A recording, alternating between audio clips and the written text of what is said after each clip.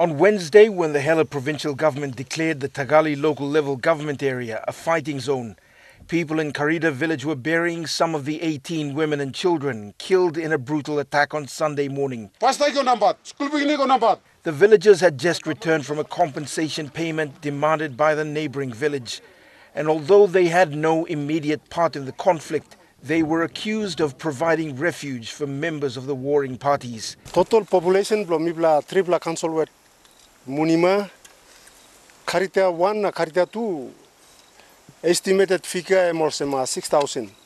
Muxmaya, the local church pastor, led the delegation that went to pay for compensation.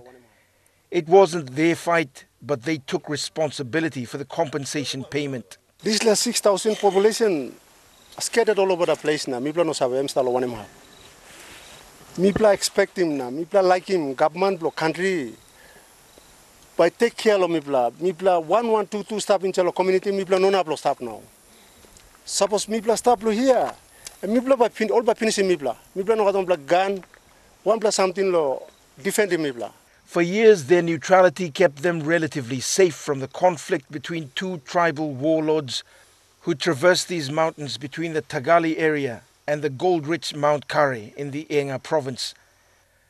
From an outsider's perspective, to understand the roots of the conflict in a few days is to delve into the murky world of tribal politics and land ownership.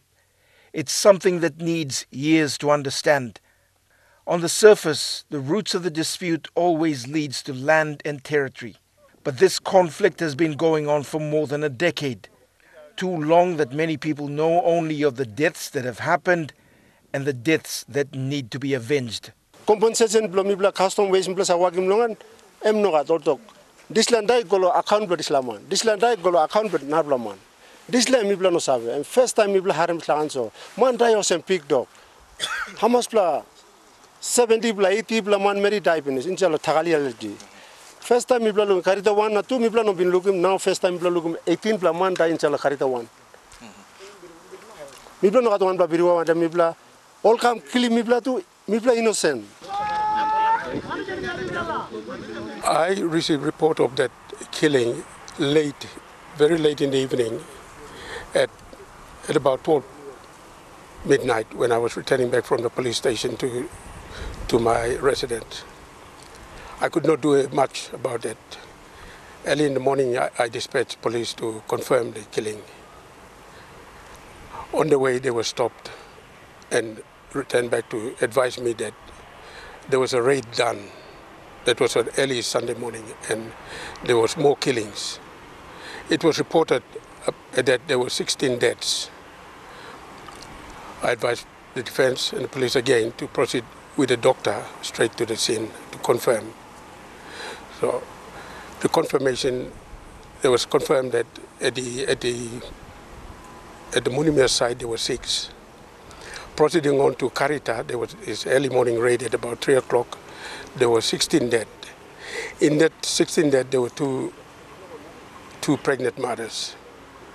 The stomach was chopped, and there were unborn babies. 2 more unborn babies in that stomach also died in that raid, bringing the total to 18. Total of that, of this 6 and the 18 is 24. At Karida, I met Chief Hokoko Minape. He has pretty much seen how tribal conflicts have evolved from the days when strict protocols of war were followed to settle disputes to the 21st century where the proliferation of small arms have made traditional rules irrelevant. Chief Hokoko was in Tari when he heard of the killing of women and children. The news hurt him greatly. He has never seen women and children killed by those fighting tribal wars.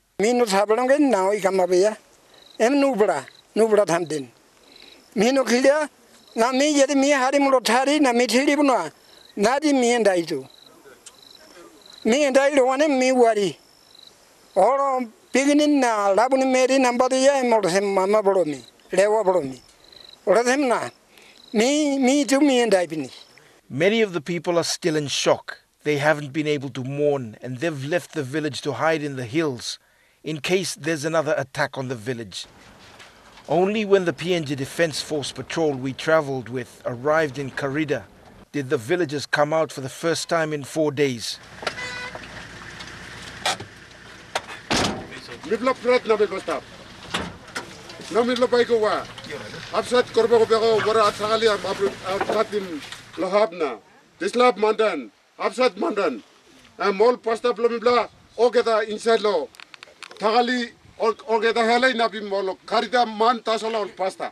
Biruba lainnya kam na ento ju tur am sista promux maya am to. O osan ju plastab. Am to kosem na meria online ko ya. Piecing together the events is painful. This was a woman's house. It was where she found security and solace from all the troubles around her, and where her children and younger siblings came to eat. Monday morning, a group of men forced them out and killed them all. Meria okati mem lo have. Okati mem lo have mi bla chimem golo mi bla planil have. Oku bi wanda house logon mi bla planil have. Mi bla had lo putim logon. A few meters away, another house where a family lived. Their relatives don't want to stay here anymore. The women and children who lived here were also dragged out and chopped. In